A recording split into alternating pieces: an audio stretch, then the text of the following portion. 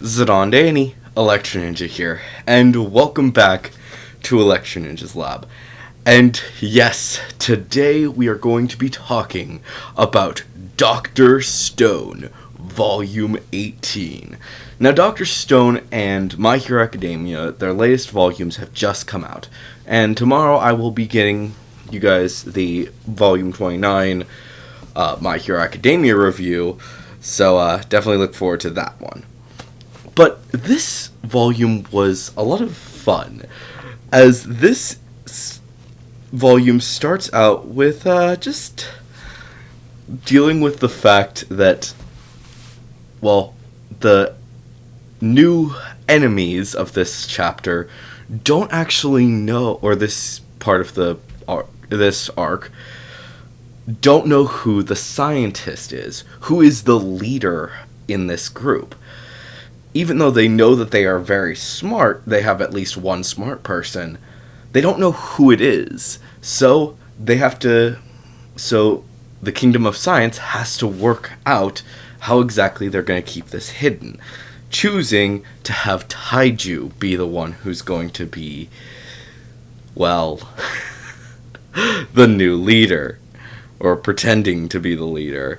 And needless to say, things get really just hilarious.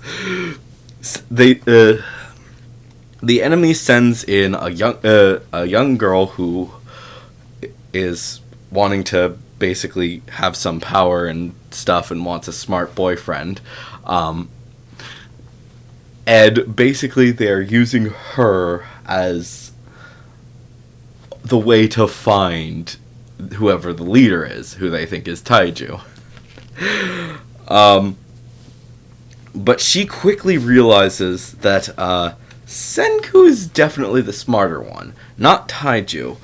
And she doesn't necessarily want him dead. But she also finds out very quickly that, yeah. She knows a little bit, and the scientist is Dr. Zeno, who we now find out is someone that Senku knew. And we get this really cool backstory, getting to see all of the stuff that happened beforehand, and basically how America was actually dealing with this whole situation that was going on. Because it honestly kind of felt weird that nobody knew about the birds being turned to stone, and it also felt weird to me that no one else is waking up yet. Like, that seems odd.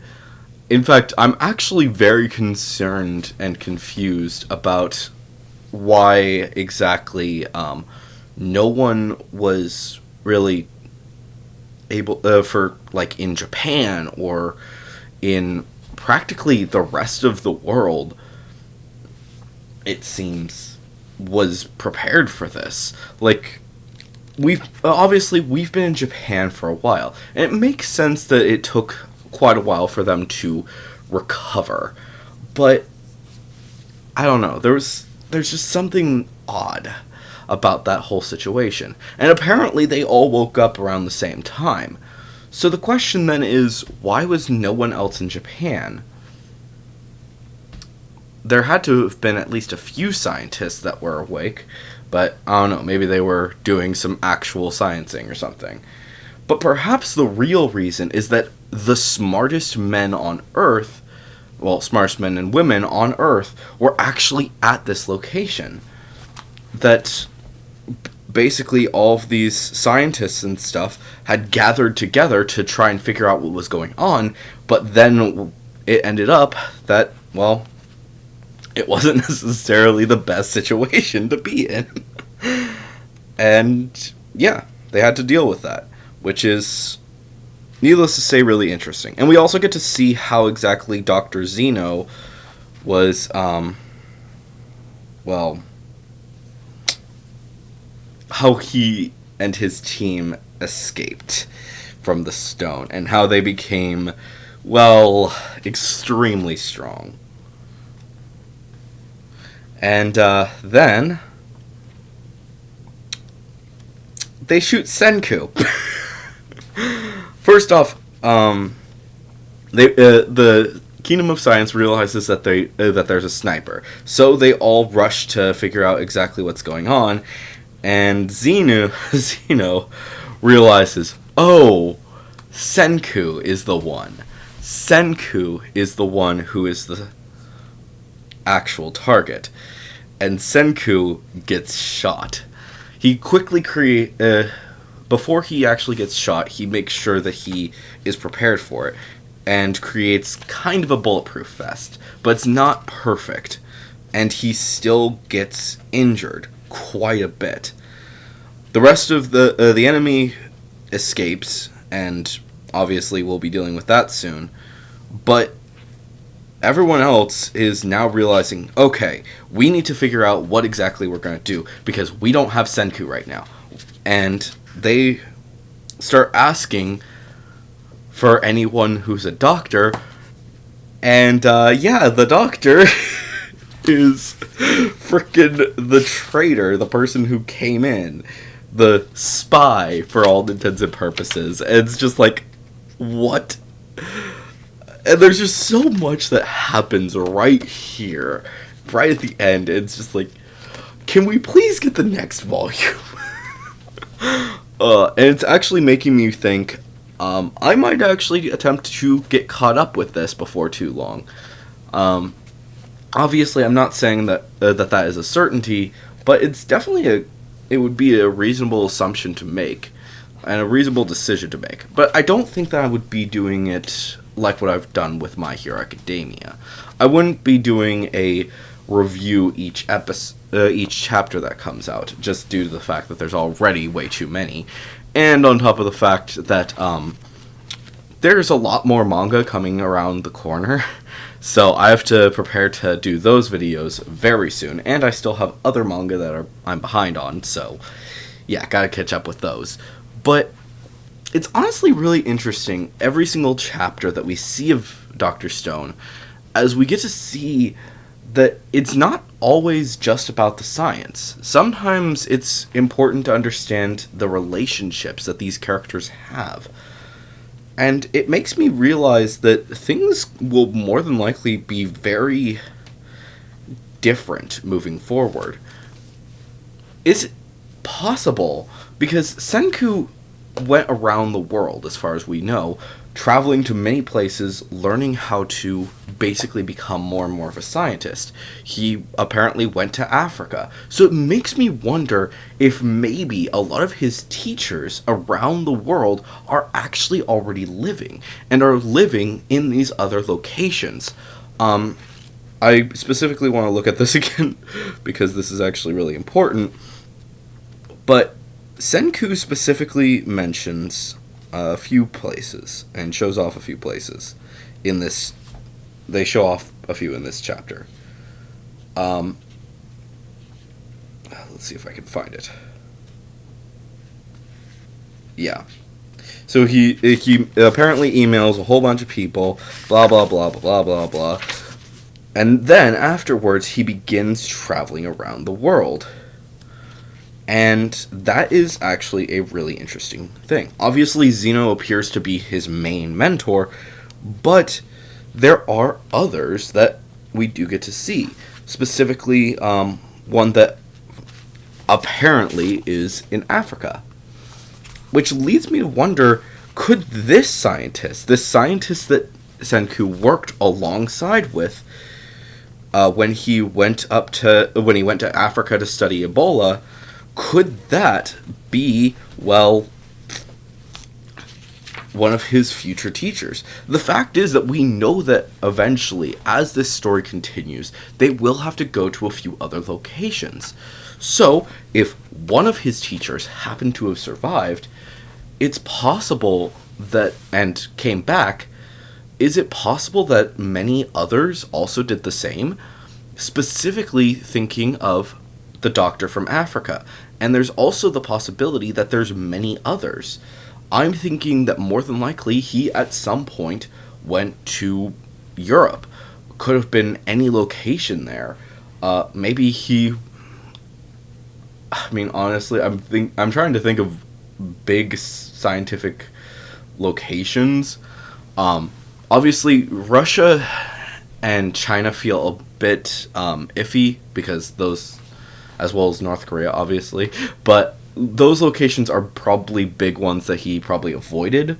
But there's still quite a few that it definitely could be a possibility that he could have gone to. Different places in Europe, like I said. Different places in Africa. I feel like there's probably only... They're not going to go too much in depth with that. But I feel like the mentioning Africa again is actually going to be especially considering the fact that Senku has mentioned that he has been to Africa before, mentioning it a second time makes me feel like there is someone there, and more than likely that person is going to be really important. And we also know that Senku and his team do plan to go to other locations around the world. Obviously, once they finish up setting up camp and taking over this kingdom of science and getting things actually under control so that Senku's the one in charge, then after that they'll move on to the other places that they still need to get to and continue to get supplies for this big trip. Remains to be seen exactly what's going on, but yeah, needless to say, they can't just suddenly be able to go to all of these locations at extreme speeds. I think that it is likely that there will be some easier access as they continue.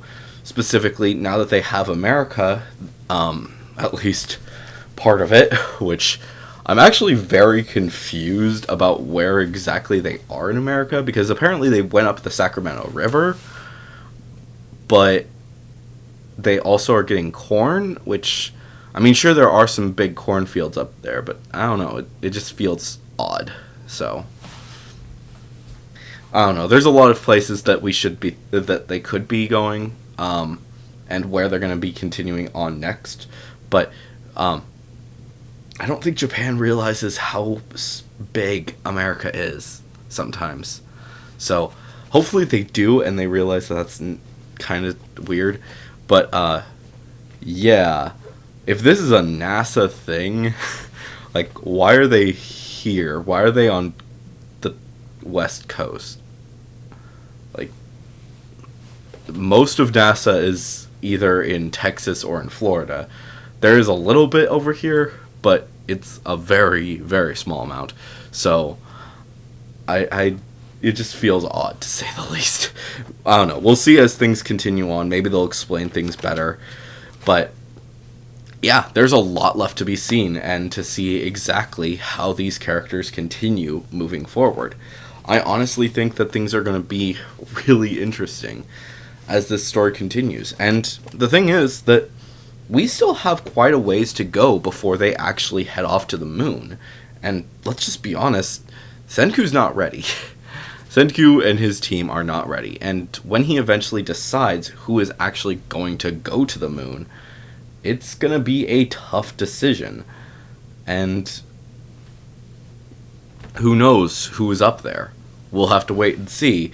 And perhaps we'll also get to meet Rei again, if the reboot is actually going to be considered canon by that point. Who knows? We'll have to wait and see.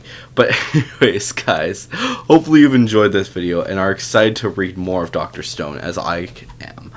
Of course, if you enjoyed this video, please make sure to leave a like, subscribe if you're new, and ring that notification bell. And of course, if you have any thoughts or theories, please leave them down in the comments below, and say theory review somewhere in your comment if you are going to leave a theory. And of course, if you want to support the channel even more, then definitely head down to the description and check out all of our links down there, including our social medias, our other channels, and ways you can support us financially, including the merch store, the book, and of course our Patreon, which a big thank you to our current patron, Sheeny. And if you want to support us as well, and you just want to listen to our music, then also make sure to check out our Spotify link, which is now down there. But anyways, guys, I've been Electro Ninja, and I will see you guys next time. But on!